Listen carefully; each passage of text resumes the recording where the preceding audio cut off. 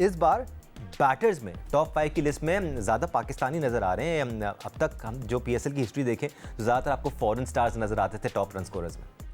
मेरे ख्याल से अभी पूरी तरह से खेले नहीं है। कॉर्नर्स प्लेयर्स टॉप ऑर्डर अगर देखें, डेविड वार्नर हैं, विंस ने बैटिंग की, एक 100 किया हुआ है उन्होंने, और साथ में डैरल मिचेल हैं जो कि मिडिल ऑर्डर में खेल रहे हैं, फिन एलन है जो कि नज़र आएंगे आगे जाके, मनरो हैं वो भी अच्छे प्लेयर नज़र आ रहे हैं। पाकिस्तानी को नज़र आना चाहिए, और क्योंकि हमें ज़रूरत भी है कि हमारे स्ट्राइक रेट क्या है। अगर हमारे नज़र आ रहे हैं तो स्ट्राइक रेट का डिफरेंस क्या है। अगर लास्ट ईयर अगर हम देखते हैं, मवाजना करते हैं कि फॉरेनर्स प्लेयर्स की बैट्समैन की अगर स्ट्राइक रेट 170-80 की है और अगर हमारे 150 है तो फिर हमें इम्प्रूव करना पड़ेगा। राशिद भाई, ये जो आप बात कर रहे हैं ना, इसी की सपोर्टिंग में एक हम और ग्राफिक्स चलाते हैं, उस पर आपको बात करने में और भी मज़ा आएगा, क्योंकि हम स्ट्राइक रेट्स अगर देखें बैटर्स की जो हाईएस्ट स्ट्राइक रेट्स के साथ खेल रहे हैं, इस फहरिस्त में आपको कोई पाकिस्तानी नज़र नहीं आएगा। शायद आपने सुन ली मेरी यहाँ पे थोड़ा सा खेलने की जो बात आती है, जो फॉरेनर्स प्लेयर हैं उनको मेथड पता है कि T20 में अगर वो ज़्यादा पैसे लेके आ रहे हैं तो उनकी रिक्वायरमेंट क्या है, टीम क्यों लेके आई है उनको, वो अपनी जिम्मेदारी से खेलते हैं। जीत हार अलग चीज़ है, लेकिन उनके स्ट्रेट्स देखें, या तो फ्लॉप हो जाएंगे बिल्कुल थ्रू आउट द PSL, जैसे राइली रसो लास्ट ईयर फ्लॉप हो गए थे, लेकिन जब वो फॉर्म में आते हैं, अच्छा खेलते हैं, तो वो 400 रन भी कर सकते हैं कि पूरे PSL में। ये चीज़ें हमें सीखनी चाहिए और भी प्लेयर्स को, कि हम अगर फॉरेनर्स प्लेयर को बुलाते हैं तो हमने क्या सीखा उनसे यही सीखना है कि मेथड क्या है T20 खेलने का, और यंगस्टर के लिए ज़्यादा ज़रूरी है वो किस तरह से सीखता है। और जो टॉप आउट प्लेयर आपने बताए, मोस्टली वही प्लेयर्स हैं जिनकी दो टीम जो टॉप पे हैं, साबदा फरहान हो गए या मनरो हो गए या दूसरे प्लेयर्स हो गए, वो टॉप पे उनकी परफॉर्मेंसेस नज़र आ रही हैं। होल्डर, जैसे होल्डर की ज़्यादा विकेट्स हैं, या रिशाद की हैं, लाहौर कलंदर्स को देखें और इस्लामाबाद यूनाइटेड इस वक्त तक, आज के वक्त तक कह सकते हैं कि ये दोनों टीम के प्लेयर्स ने परफॉर्म किया है, इसकी वजह से टीम ऊपर है इनकी। एब्सोल्युटली सिकंदर, ये बड़ा मज़ेदार कंपैरिजन है हाईएस्ट रन स्कोरर्स का और स्ट्राइक रेट का। आप देखें हाईएस्ट रन स्कोरर में तो आपको 3 पाकिस्तानी बैटर्स नजर आएंगे, लेकिन स्ट्राइक रेट का जो हमने ग्राफिक्स चलाया उसमें कोई पाकिस्तानी बैटर नहीं है। Having said that, Pakistani batter भले उसमें ना हो, लेकिन जो हाई स्ट्राइक रेट्स हैं प्लेयर्स के, उन्होंने ज़्यादा रन किए नहीं हैं, तो वो फिर हिट या मिस वाली कहानी हो जाती है। देखो, मैंने कल भी रिक्वेस्ट की थी, आज मैं दोबारा अपने प्रोड्यूसर से रिक्वेस्ट करूंगा कि जिस तरह उन्होंने दिखाया ना स्ट्राइक रेट, सारे फॉरेनर्स है, एक स्ट्राइक रेट वो बनाया जो सिर्फ पाकिस्तानियों का है। थोड़ा कंपेयर तो करेंगे ना हम, कि मतलब कंपैरिजन होगा कि जी हमारा वाला जो बेस्ट है उसने कितने बॉलों में वो जो स्ट्राइक रेट लेकर आया है, और उससे एक हमें बड़ा फ़ायदा होगा। इसी चक्कर के अंदर एक और चीज़ आप देखें, मैं आपको जैसे विंस का बताऊं, विंस का स्ट्राइक रेट अच्छा खासा था ना पे 224.4 सर, 224.4। आपको पता है उसने कितने फर्स्ट क्लास मैच खेले? 220 या उससे ज़्यादा।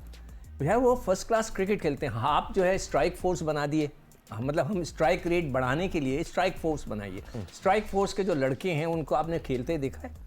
मुझे तो शर्म आ रही है, I am honestly speaking, I am PCB बुरा ना मनाए, मुझे तो स्ट्राइक फोर्स के उन लड़कों को जिन्होंने आपने पाकिस्तान के लिए सेलेक्ट किया, आई फील एम्बैरेस कि वो क्या आंखें बंद करके बस बल्ला चलाते रहें तो उससे स्ट्राइक रेट तेज़ हो जाएगा कि वो अच्छे बैट्समैन होता है, उसके अंदर मारे।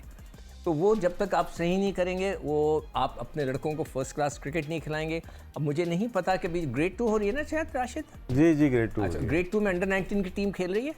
नहीं, वो चैलेंज में खेल रहे होंगे। चैलेंज कब भी हो रहा है इसमें? देखो भाई, 3 रोज़ा हो रही है ये। वो चैलेंज कब?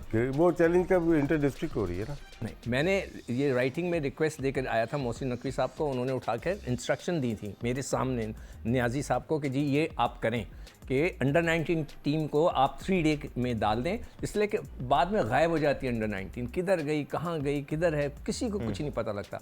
वो नहीं किया। और बड़ा कंसिस्टेंटली एक अरसे से ना सिकू भाई ये बात कर रहे हैं कि क्वालिटी बैटर्स में ख़ास तौर पे नज़र आनी चाहिए, टेक्निकल एबिलिटी नज़र आनी चाहिए, और उसी में फिर आप अपने गेम में एग्रेशन भी लेके आएँ और अपने स्ट्राइक रेट को बेहतर करने की कोशिश करें। Having said that, Sajida Farhan इसमें इस लिस्ट में वाहिद ऑप्शन नज़र आते हैं। राशिद भाई, हमने इनके बारे में पहले भी बात की है, थोड़ी सी और कर लेते हैं, क्योंकि अभी फिर इन्होंने आखिरी मैच में 50 रन की एक अच्छी इनिंग भी खेली है, जिनका स्ट्राइक रेट भी अच्छा है और जो अच्छी एवरेज के साथ भी चल रहे हैं, इंप्रेसिव नज़र आ रहे हैं। ये वो एग्जाम्पल है राशिद भाई, आप अग्री करेंगे, जिनको आपने पहले खिलाया था, वो परफॉर्म नहीं कर पाए, कहाँ खिलाया था, कैसे खिलाया था, हम डिस्कस कर सकते हैं, लेकिन फिर वो वापस डोमेस्टिक में गए, उन्होंने फिर रन्स किए, गैप के बाद दोबारा उनको टीम में लाया गया। तो मेहनत करके प्लेयर्स वापस आ सकते हैं राशिद भाई। कहाँ पे आएंगे? सवाल ये बनता है कि किस फॉर्मेट का प्लेयर है। तो साहबजादा फरहान ने सिर्फ T20 में परफॉर्म नहीं किया, T20 का खासा इनका रहा है कि टॉप पे रही है जी, नंबर 1 पे रहे लास्ट 4 ईयर से।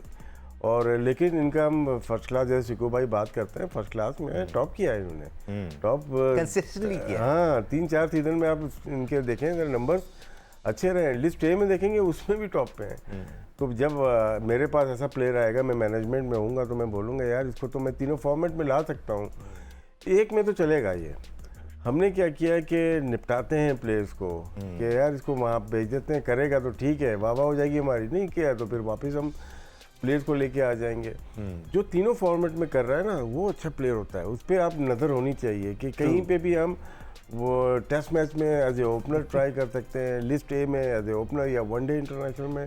T20 में तो नज़र आ रहा है, ये नज़र आ रहा है, क्योंकि टीवी पे क्या आ रहा है, टीवी पे हमारे जो मैच आते हैं T20 आते हैं, इसलिए ज़्यादा मशहूर वही प्लेयर होते हैं जो T20 खेल रहे होते हैं। जी। लेकिन जो फर्स्ट क्लास के प्लेयर्स होते हैं उनको भी तवज्जो देनी चाहिए। और इस तरह से काफ़ी, जैसे फरहान की बात की आपने, साहबजादा की, हैदर अली कहाँ से आए थे?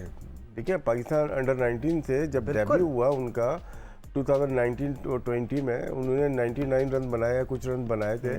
उसी सीज़न में उन्होंने एक सेंचुरी भी की थी। तो लग ऐसे ही रहा था कि इनको, जब नॉर्दर्न की टीम बनी थी T20 का हिस्सा नहीं थे वो, और वो इस वजह से नहीं थे कि फोकस उनका फर्स्ट क्लास पे और टेस्ट क्रिकेट पे था। लेकिन अचानक से इमर्जिंग में पिशावर ज़ल्मी को ज़रूरत पड़ी और वो T20 के अच्छे छक्के मारने वाले प्लेयर बन गए। तो 2 छक्के मार के अपना कैरियर उन्होंने खुद तबाह किया है। और दूसरे खिलाने वाले, पाकिस्तान में ज़्यादा प्रॉब्लम खेलने वाले की थोड़ी बहुत है, खिलाने वाले की प्रॉब्लम बहुत है। वो उसको T20 का ओपन भी कराया, 3 नंबर, 4 नंबर, 5 नंबर, 6 नंबर। अब शादाब, जैसे को भाई बात कर रहे हैं, शादाब ने पिछले मैच में 4 नंबर में बैटिंग की है और हैदर अली नीचे बैटिंग कर रहा है, कैसे हो सकता है? मोहम्मद शहजाद जिसने फाइनल में सेंचुरी स्कोर की, वो 7वें नंबर पे, 8वें नंबर पे, वो उसके आर्गुमेंट चल सकता है कि आपको एक इमर्जिंग प्लेयर खिलाना है तो वो आप उसको कहीं ना कहीं फिट इन कर रहे हो। थोड़ा बहुत इंसाफ तो होना लेकिन जो जरूरी हम बात कर रहे हैं, साहबजादा फरहान की बात जी, की है ना, सर। जैसे यार सिस्टम का प्लेयर है, फर्स्ट क्लास खेल रहा है, उसी तरह से हमें ऊपर जो है ना, सिर्फ T20 हमने किया हुआ है। T20 का अभी एशिया कप भी होगा, इसमें T20 में प्लेयर आ रहे हैं, नहीं, तीनों फॉर्मेट का सोचेंगे तो फिर आपकी टीम अच्छी बनेगी। राशिद भाई जब ये कह रहे थे ना सिकू भाई के ऐसे प्लेयर्स हमें तलाश करने पड़ेंगे जो तीनों फॉर्मेट में अच्छा खेल रहे हैं, मुझे हंसी इस वजह से आ रही थी बिकॉज हैंडफुल ऑफ प्लेयर्स हैं पाकिस्तान में ऐसे जो तीनों फॉर्मेट खेलने का इरादा जाहिर कर रहे हैं। हमारे कुछ बॉलर्स तो साफ साफ कह चुके हैं कि नहीं जी, हम टेस्ट क्रिकेट नहीं खेलना चाहते हैं, 4 रोज़ा क्रिकेट ही नहीं खेलना चाहिए। बहुत ये बड़ा प्रॉब्लम है मैंने कह के थक गया हूँ कि जी आप उन लड़कों को सिलेक्ट ही ना करें जो 4 भाई सख्ती करनी पड़ेगी, आप सख्ती करनी पड़ेगी। देखें, कल भी मैंने जो राशिद से बात कर रहा था और फवाद से, मेरा आर्ग्यूमेंट ये था कि आप किसी लड़के को खिलाते हो तो फिर उसको प्रॉपर खिलाओ। जैसे शादाब ऊपर चले गए, उनकी जगह नहीं बन रही थी, आप हैदर अली को भेजते। हमने इतने लड़के ज़ाया किए। अब कामरान गुलाम ने जिस साल, एक और ही मेरी आर्गूमेंट है, जो बंदा जिस साल रन्स करता है आप उसको उस साल खिलाएं। आपने 3 साल बाद उसको खिलाया। तो बेसिकली आप कह रहे हैं सिकू भाई कि साहबजादा फरहान की जगह तो बनती है इस बार टीम में। नहीं, मैं तो यहाँ पे बैठ के हमने बातें की हुई, हमने खुद डिस्कस किया, राशिद भी था उसमें, अहमद शहजाद भी था, हम लोग सब ने बैठ के कहा कि ये जो नए लड़के आप लेकर गए उनकी जगह फरहान जाता था, कामरान गुलाम जाता था, कोई लड़कों की क्वालिटी तो नजर आए। वो लड़के क्या होते हैं जब उठा के मारते रहे। While we are on this note, Rashid भाई मैं आपका भी ओपिनियन चाहूँगा, क्योंकि हम बारह ये बात करते हैं कि कोई भी प्लेयर अगर उसको जल्दी आप इस लेवल पे ले आते हैं और वो एक्सपोज हो जाता है तो वापस ड्राइंग बोर्ड पे जा सकता है, अपने ऊपर काम कर सकता है। हैदर अली इसकी बड़ी अच्छी मिसाल है सिकू भाई, क्योंकि राशिद भाई जिस दौर का जिक्र कर रहे हैं, जब उसने सैकड़ा भी मारा था तो काफ़ी पक्का अच्छा खेलने वाला वो लड़का है। लेकिन हम T20 में आए सिकू भाई तो ऐसा लग रहा था बिल्कुल ही एक साइड का प्लेयर है और स्लॉगर है, बट वो ऐसा नहीं था। अब वो ऐसा लग रहा है ज़्यादा मेहनत करके आए हैं, ज़्यादा मैच्योरिटी उनके अंदर नजर आ रही है। पिछली जो इनिंग्स खेली उन्होंने काफ़ी पक्के शॉट खेले उसे। या जी आप पहले बता दें। मैं देखो, हैदर अली का हम पहले भी जिक्र कर चुके हैं, ये वो लड़के हैं जिनमें हमें फड़क नजर आई थी। आपने क्या किया है कि वे एक नंबर 1 जो है बाबर को दे दिया है फॉर लाइफ टाइम, एक आपने रिजवान को दे दिया है फॉर लाइफ टाइम, चाहे वो उधर खेलें चाहे उधर खेलें, वो एक नंबर पे हिलते नहीं है जब तक आप इसको सही नहीं करेंगे। और कितनी दफ़ा मैं और आप यहाँ बैठे हुए प्रोग्राम के अंदर हमने देखा कि एक बैट्समैन की बारी आने वाली है, उठ के शादाब चले गए, उठ कर शाहीन शाह अफरीदी चले गए बैटिंग करने के लिए, वो भी अपने आप को ऑलराउंडर मानते हैं। ये क्रिकेट नहीं है, ये कोच का काम है, ये टीम मैनेजमेंट का काम है कि उस बच्चे को जो आपने सेलेक्ट किया है, उसको खिलाया है, अब उसको मौका तो दें।